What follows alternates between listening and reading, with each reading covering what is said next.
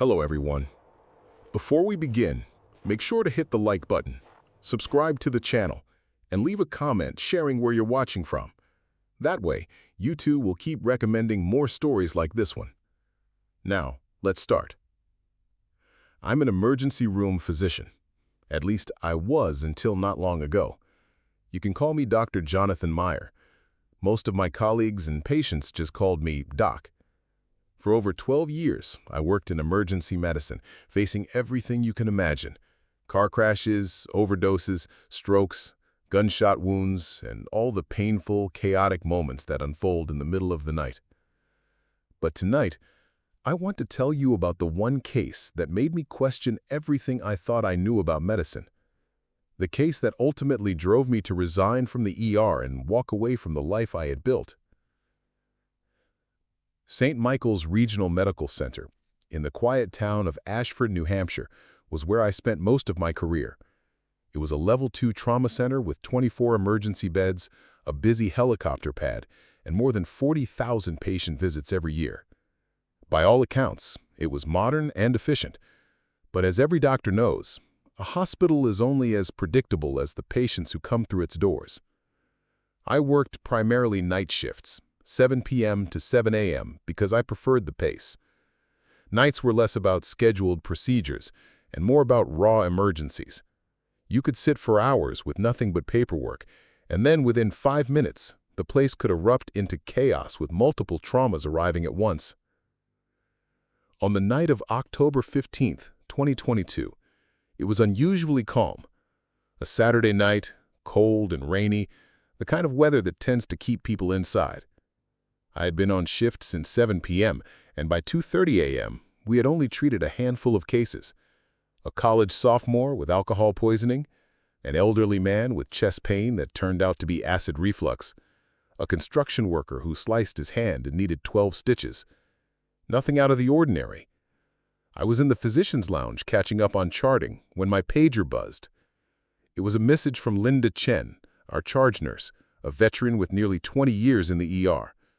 Calm, steady, and unshakable, even in the most intense trauma codes. Her message was short. Incoming trauma. ETA 5 minutes. Possible drowning victim. I stood up immediately, leaving my paperwork behind, and walked quickly toward Trauma Bay 1. By the time I arrived, Linda was already coordinating with 2 other nurses, Rachel Adams and Eric Diaz, preparing warming blankets, IV fluids, and monitoring equipment. The preliminary report from paramedics came over the radio. The patient was an adult male, estimated age 30 to 35, found unconscious on the riverbank of the Coldwater River by a jogger. No ID, no wallet, no phone, hypothermic and unresponsive. "What's the river temperature tonight?" I asked Linda as I snapped on gloves. "About 42 degrees Fahrenheit," she replied. "If he was submerged long enough, we're looking at severe hypothermia." At 2:52 a.m., the ambulance doors opened. Paramedics wheeled in a stretcher carrying a man who immediately struck me as unusual. He appeared to be in his early 30s, with dark hair plastered to his forehead and pale skin tinged bluish from the cold. His clothes caught my attention first. Dark jeans, a plain black sweater, work boots. But something was wrong. Every tag, label, and identifying mark had been removed. Even the boots had no brand name or size stamp. The lead paramedic, Tom Riley, quickly briefed us. Jogger found him face up on the riverbank about a half-mile south of the Route 9 bridge, unconscious but breathing, cold to the touch, no ID on him. We couldn't get a response. We moved him onto the trauma bed. I began my primary assessment while the team connected him to monitors. Core body temperature, 89.1 degrees Fahrenheit, dangerously low. Pulse, slow but steady at 54 beats per minute. Blood pressure, 94/62. Oxygen saturation, 96% on room air. That last number made me pause. For a drowning victim, oxygen saturation that high without supplemental oxygen didn't make sense. I pulled a stethoscope to his chest. His lungs sounded clear, too clear. No fluid crackles, no rattling breaths, no evidence of water aspiration. I checked his hands and feet. Normally, in prolonged water immersion, you'd expect wrinkling, pruny fingers and toes. But his skin was smooth, unmarked, as though he had never been submerged. "Tom," I asked the paramedic, "how long did the jogger think he was there?" He replied, "She ran the same path around midnight, didn't see anything then, so probably less than 2 hours." Possible, but hypothermia that severe in under 2 hours? It was difficult to reconcile. We began standard trauma protocol: warming blankets, warmed IV fluids, labs, and imaging orders. Chest X-ray, CT scan of head and abdomen, full blood work, arterial blood gas, tox screen. As we worked, I noticed more details that didn't line up. The patient had scratches across his arms and legs, superficial, evenly spaced, as though applied deliberately rather than sustained naturally. No defensive wounds, no bruises from rocks or debris. Nurse Rachel frowned as she checked the thermometer again. "Dr. Meyer, his temp's rising faster than expected. He's already up to 91.7 degrees Fahrenheit." That was unusual. Even with active warming, patients don't bounce back from hypothermia that quickly. The body doesn't reset itself in minutes. It takes hours, sometimes days. By 3:40 a.m., lab results began trickling in. Normal across the board. No electrolyte imbalance, no signs of infection, no drugs, no alcohol, arterial blood gas, perfect oxygenation.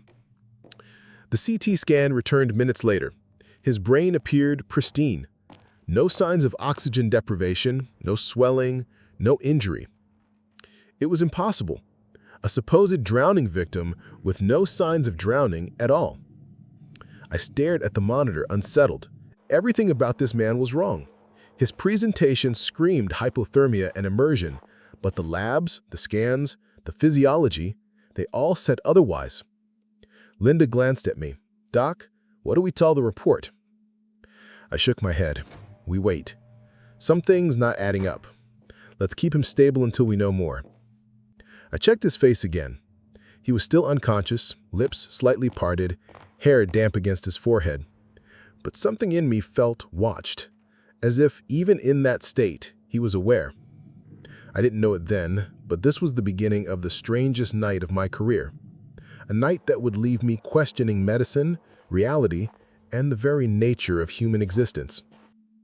If you've been hooked by this mysterious case, don't forget to like this video, subscribe to the channel, and share your thoughts in the comments below. What do you think is really happening here? The patient's body warmed faster than anything I'd seen in my 12 years of practice. Within an hour, his core temperature had climbed past 93 degrees Fahrenheit. By 3:45 a.m., it was already 95. Numbers like that don't happen in real hypothermia recovery. They happen in textbooks, in simplified scenarios, but not in reality. The labs continue to come in. Blood count, normal. Liver function, normal. Electrolytes, flawless. Even his toxicology panel was clean. No drugs, no alcohol. It was as if he had been pulled straight from a controlled environment, not from a freezing riverbank. I frowned at the CT scan displayed on the monitor. His brain looked untouched. No signs of swelling, no hypoxic injury, nothing that would suggest he had been without oxygen. A person unconscious from cold water drowning should show some trace of insult. This man's brain was perfect. At 4:15 a.m., something happened that froze the room in silence. The man opened his eyes. I was standing at the foot of the bed, reviewing his chart, when I felt it, the sensation of being watched. I looked up, and he was staring directly at me. His eyes were a piercing shade of gray-blue, the kind that seemed to absorb the dim fluorescent light. They weren't the hazy, confused eyes of someone recovering from hypothermia. They were sharp, focused, unsettlingly present. "Good morning," I said cautiously, stepping closer. "I'm Dr. Meyer. You're in the emergency department at St. Michael's. Do you remember what happened?" No response. His gaze tracked me as I moved, following with mechanical precision. I pulled out a pen light and checked his pupils. They reacted normally, but the way he refused to blink under the bright beam sent a chill through me. "Can you tell me your name?" I asked. Nothing. His lips remained closed, but there was something in the intensity of his eyes, a calculation, as though he was studying me more than listening. Linda, the charge nurse, stood at the monitors. Vitals are stabilizing. Heart rate 72. Blood pressure 120/80. Temperature, she hesitated, 98.1. He's already normal. That was medically impossible. Patients do not go from near-fatal hypothermia to baseline normal in less than 2 hours. I ran a neurological exam. Reflexes, coordination, motor strength, every response was normal, better than normal. His grip was strong, his reflexes sharp, almost hyperactive. Still, he refused to speak. Instead, he watched me with unnerving attentiveness, as if I were the subject and he was the researcher. Every time I moved an instrument, he seemed to be memorizing my technique, analyzing my reactions. It wasn't just silence, it was scrutiny. "Dr. Meyer," Nurse Rachel whispered, "he's looking at you, like he knows you." I didn't answer, because I felt the same. After another 20 minutes of silent examination and failed attempts at communication, I stepped back and rubbed my temples. Something was wrong beyond the medical, something I couldn't explain. At 5:30 a.m., I made a decision. I needed a second opinion. I found Dr. Elaine Carter, the attending physician, on call that night in the break room. She was a seasoned ER doctor with over 2 decades of experience. Calm, rational, evidence-driven. If anyone could ground the situation, it was her. "Elaine," I said, "I need you to see this patient. He came in as a supposed drowning victim. The presentation doesn't match. Hypothermia reversed too quickly. Labs are perfect. CT is clean. And he's watching me, not just awake, studying me." She raised an eyebrow. "Studying you? You'll see." We walked back into Trauma Bay 1 together. The patient's gaze shifted instantly from me to Dr. Carter, locking onto her with the same intensity. His expression never wavered. "Good morning," Dr. Carter greeted him gently. "I'm Dr. Carter. Dr. Meyer has been caring for you." His eyes flicked between us, back and forth like he was observing an experiment. Dr. Carter performed her own exam. Reflexes, normal. Motor strength, excellent. Neurological responses, intact. Her findings mirrored mine exactly. "Remarkable," she admitted softly. "It's like he was never hypothermic at all." I leaned closer, lowering my voice. "And yet he was unconscious, wet and freezing when they found him. No ID, clothes stripped of labels, injuries too uniform to be natural."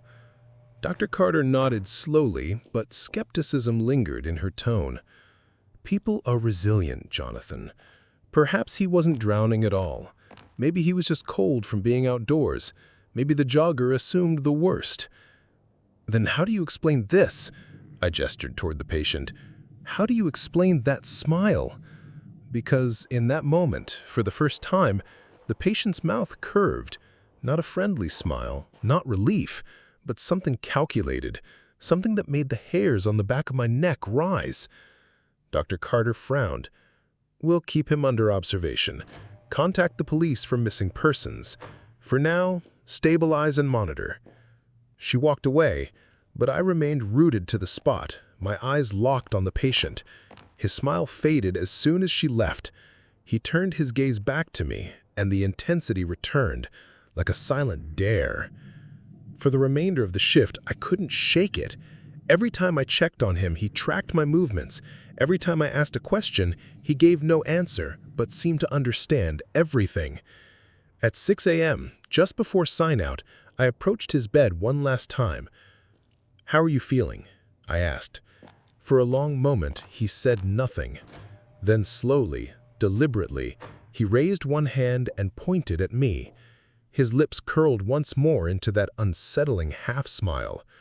The gesture was small, but it felt like a warning. By 7 a.m., my shift was over. I handed the case to Dr. Carter and the day team, but I couldn't leave with peace of mind. Something in my chest told me that this patient was no ordinary man, that his silence, his scrutiny, his impossible recovery, it was all leading to something bigger. I drove home through the gray drizzle of early morning, exhausted but wired. I didn't know it yet, but this case was far from over. The day after my strange shift, I tried to rest at home, but sleep never came easily. My mind replayed the image of the patient's gray-blue eyes staring through me, the way his temperature had normalized, as though cold had never touched him. The deliberate silence. I told myself the day team would handle it. Dr. Carter was competent, rational, but deep down, I knew she hadn't seen what I saw. She hadn't felt that unshakable sense of being studied. By the time I returned for another night shift a week later, part of me hoped the patient would be long gone, discharged to some shelter or perhaps claimed by family. But he wasn't gone. He was still in Trauma Bay 1, quiet, compliant, watching. Reports said he had eaten meals without issue. He followed commands, moved normally, and slept little. Nurses noted he often sat upright in bed during the night, staring at the walls as though listening to something no one else could hear. And still, not a word spoken. I approached him around midnight, determined to push harder. "You've been here several days," I said. "We need to know who you are.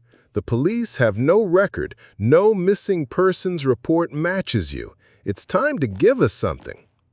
His eyes flicked to mine, steady and unblinking. Then, to my shock, his lips parted. "I feel much better, doctor." The words were crisp, articulate, carried with a faint accent I couldn't place. Slavic? Scandinavian? It was hard to pin down.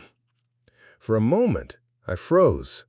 The man who had refused every question, every prompt, now spoke as if conversation were his choice alone. "I'm glad to hear that," I replied carefully. "Would you like to tell us your name?" He smiled faintly. "Names are such limiting things, don't you think? They tie us to histories, to identities. Sometimes it is better to simply be present." I pressed on. "We need to contact your family, your friends. Someone must be looking for you." "That won't be necessary. The police will want to speak with you. They're waiting for answers." His smile widened slightly. "I'm sure they are, but I don't believe I'll be available for that conversation."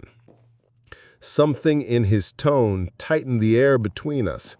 Not a direct threat, but a reminder of control. I changed approach. "You were unconscious when you arrived. Hypothermic. We had to intervene quickly. It could have been fatal." He tilted his head, studying me again. "Dr. Meyer, how many cases in your 12 years of emergency medicine have defied explanation?" The hairs on my neck rose. I had never told him my years of service. That detail wasn't visible anywhere in the room. "How do you know how long I've been practicing?" I demanded. "You carry yourself with experience, confidence, but not jaded. 12 years seemed accurate." His answer was plausible, too plausible, rehearsed almost. I forced myself to answer. "There are always mysteries in medicine, cases that seem strange until science catches up. What we can't explain today, we can explain tomorrow." His eyes glinted, refreshingly optimistic. "But what if I told you some things will never be explained by your textbooks, that not every patient belongs to the framework of your science?" "I think we should focus on your medical care," I said firmly, "not philosophy." "Of course," he murmured, "you have other lives to save, other problems more predictable than me." I stepped away, unsettled. His words weren't those of a confused man or a psychiatric patient. They carried intention, knowledge, and something else, power. By 7 a.m., I ended my shift and signed over to the day team. I warned Dr. Carter again. She listened but brushed it aside. Some patients are difficult, Jonathan. Don't let one case get under your skin. But it wasn't just under my skin. It was burrowed deep, gnawing. That afternoon, I tried to sleep, but was woken by a phone call. It was Dr. Carter. "Jonathan," she said, her voice tight. "The patient from Trauma 1? He's gone." I sat up bolt upright. "Gone? What do you mean?" "Between 11 and noon, sometime after his morning vitals, he vanished. No sign out, no paperwork, nothing." "That's impossible. He didn't have clothes, he didn't have shoes." "I know, and yet he's gone. His clothing, the ones we sealed in biohazard, are missing too."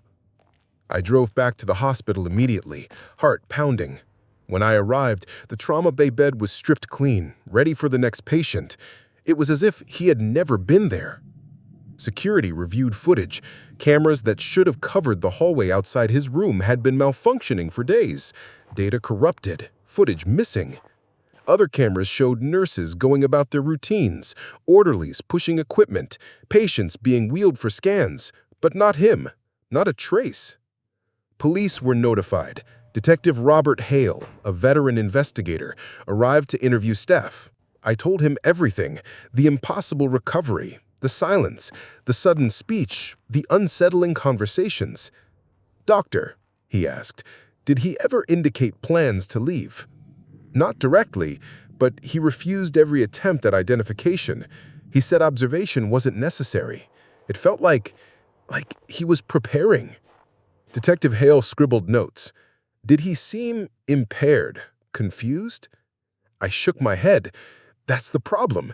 He seemed too rational, too controlled." The jogger who had found him was re-interviewed.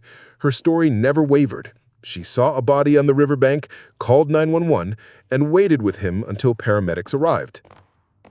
The paramedics confirmed their report: unconscious, cold, wet, unresponsive. Nothing unusual in the transport.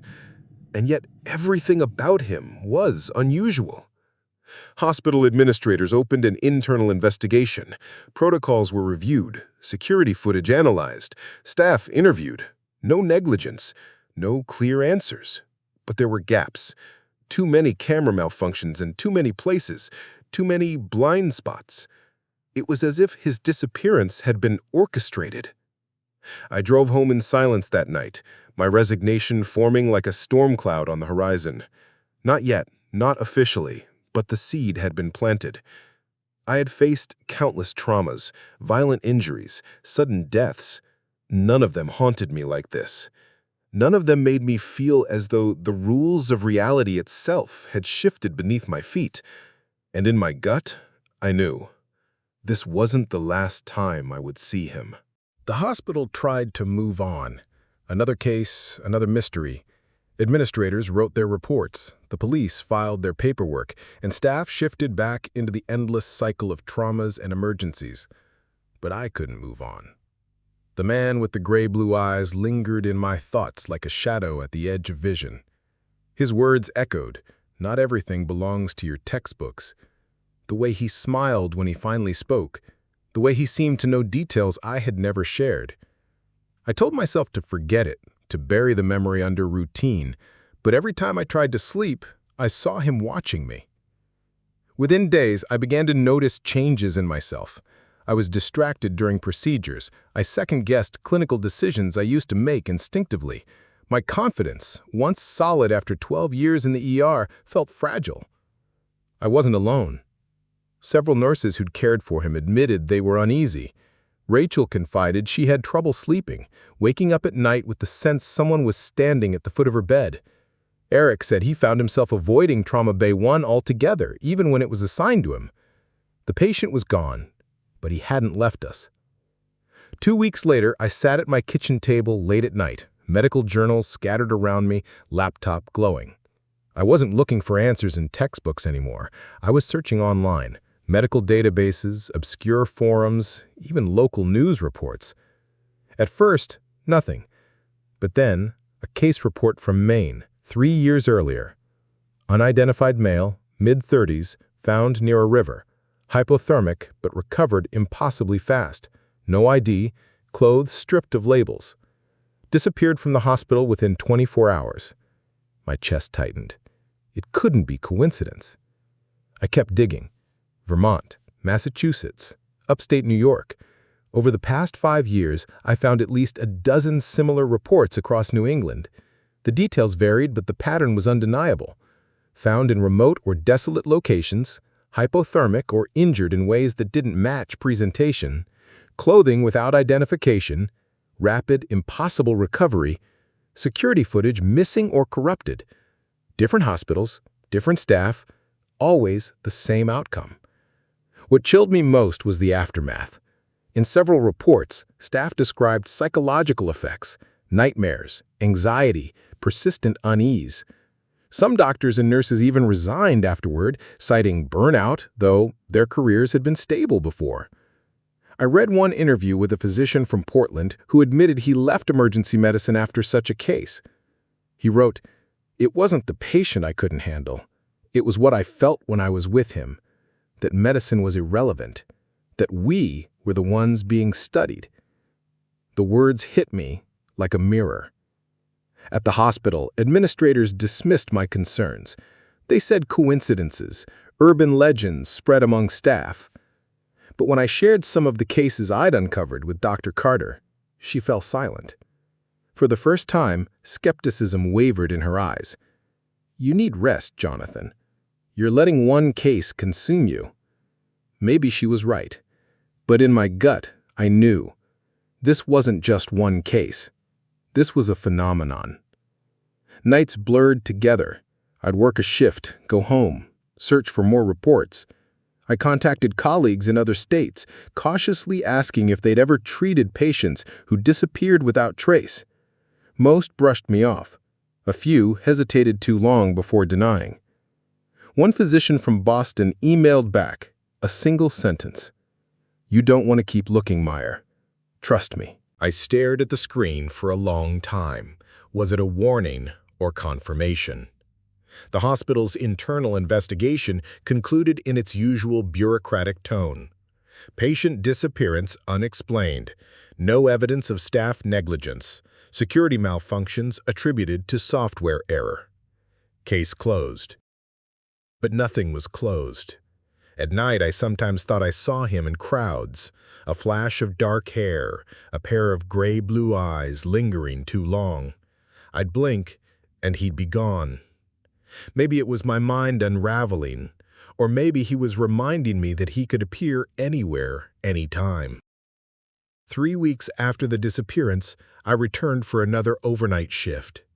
Around 2 a.m., I stepped into the physician's lounge for coffee. On the table sat a folded piece of paper. My name was on it. Heart hammering, I opened it. Just 3 words, written in neat block letters. "Curiosity has weight." I scanned the lounge, empty. No one saw me find it. No cameras covered the corner where the note had been left. I slipped the paper into my coat pocket and worked the rest of my shift in silence. That night, I couldn't ignore the truth anymore. Someone or something wanted me to stop searching. But I couldn't. Not now. I dug deeper, building a private folder on my laptop labeled simply Anomalies. Each file contained reports, names, dates, locations, patterns of the unexplained. But the more I collected, the heavier it felt. As if by naming and documenting these patients, I was inviting their attention. And always, in the back of my mind, the voice from that night, "Not every patient belongs to your science." The unease grew unbearable. My colleagues noticed. "You look exhausted," Linda told me one morning. "You're not yourself." She was right. I wasn't myself anymore. I was haunted. And then, just when I thought the case was fading into memory, he returned. It was another night shift. The triage nurse called me from the front desk. "Dr. Meyer, we have a patient in the waiting room asking for you by name." "What's the complaint?" I asked. He says he doesn't have a medical emergency. He just wants to thank you." My blood ran cold. I walked slowly to the waiting area, and there he was. Different clothes, clean-shaven now, but unmistakable. The same face, the same eyes, the same unsettling calm. He sat casually in one of the plastic chairs, reading a magazine. When he saw me, he smiled, that same deliberate, knowing smile. "Dr. Meyer, how nice to see you again. I hope you've been well." My throat tightened. "What are you doing here?" "I told the nurse I wanted to thank you. It's not often I encounter someone with your dedication to understanding difficult cases." The implication was clear. He knew I'd been searching.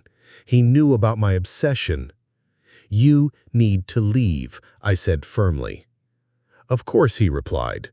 "I just wanted you to know your curiosity was noted and appreciated. Not everyone looks so closely." He stood, adjusted his jacket, and walked toward the exit. Before leaving, he paused, turning back to me. "You might consider a change of career, doctor. Emergency medicine can be unpredictable. Sometimes it's better to work with problems you understand." And then he was gone, vanishing into the rainy night. I stood frozen, the weight of his words pressing into me. He knew me. He had followed my steps. He had chosen to reveal himself again, not as a patient, but as something far more dangerous. From that night forward, I knew I could no longer continue in the ER. The job I once loved had become a door into something I couldn't comprehend, something that stared back whenever I tried to understand it. I began drafting my resignation. After that second encounter in the waiting room, everything changed. I no longer viewed the ER as a place of healing. It had become a stage where something beyond medicine could appear at any moment. I walked the halls and wondered, who else had seen him? Who else had brushed against this impossible presence and chosen silence? I kept working for another month, but my focus was gone. Every time a trauma alert rang out, I felt a rush of dread. Was it another one of them? Would I look into another pair of eyes that defied everything I believed about humanity? I confided in no one. Who could I tell? My colleagues already whispered that I seemed distracted, paranoid. If I spoke openly, they'd call it stress, burnout, maybe even suggest psychiatric leave. But it wasn't burnout. I knew burnout. This was different. This was the erosion of certainty. For 12 years, medicine had been my compass. Every patient, no matter how complicated, could be mapped onto physiology, pathology, pharmacology. But this man, this anomaly, mocked that framework. He had healed faster than biology allowed. He had vanished without trace. And he returned, not as a victim, but as someone in control. The night after seeing him again, I sat in my apartment with the resignation letter open on my laptop. I couldn't bring myself to hit print.